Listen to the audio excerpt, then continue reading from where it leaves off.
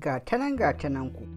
Wata barewa ce, sai ta rikide ta zama mace kyakkyawa, sai ta ɗauki ɗan kwatanshinta ta ɗora a ka ta tafi tsakiyar karofi ta ajiye.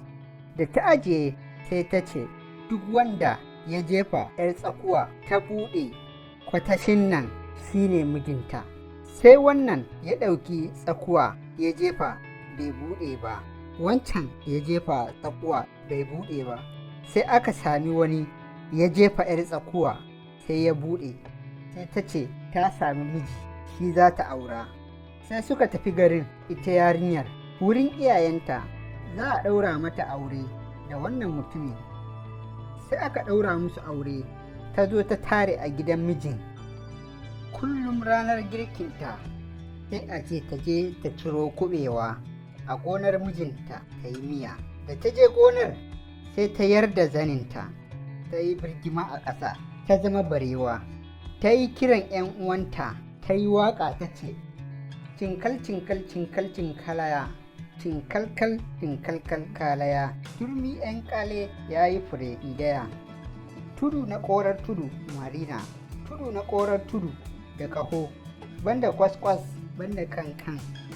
Sai 'yan uwanta suka zo suka taru suka cinye kuɓewa, sannan in sun gama sai su tafi gida.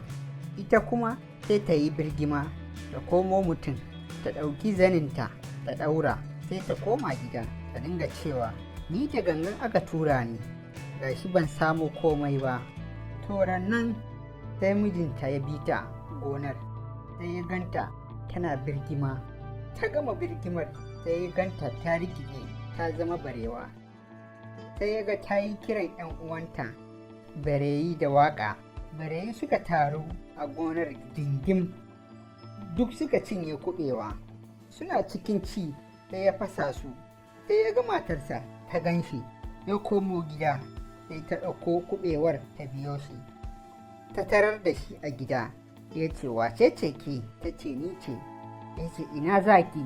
Ta ce, ɗaki zani. Ya ce, a koma daji. Sai ta ce ta ƙi.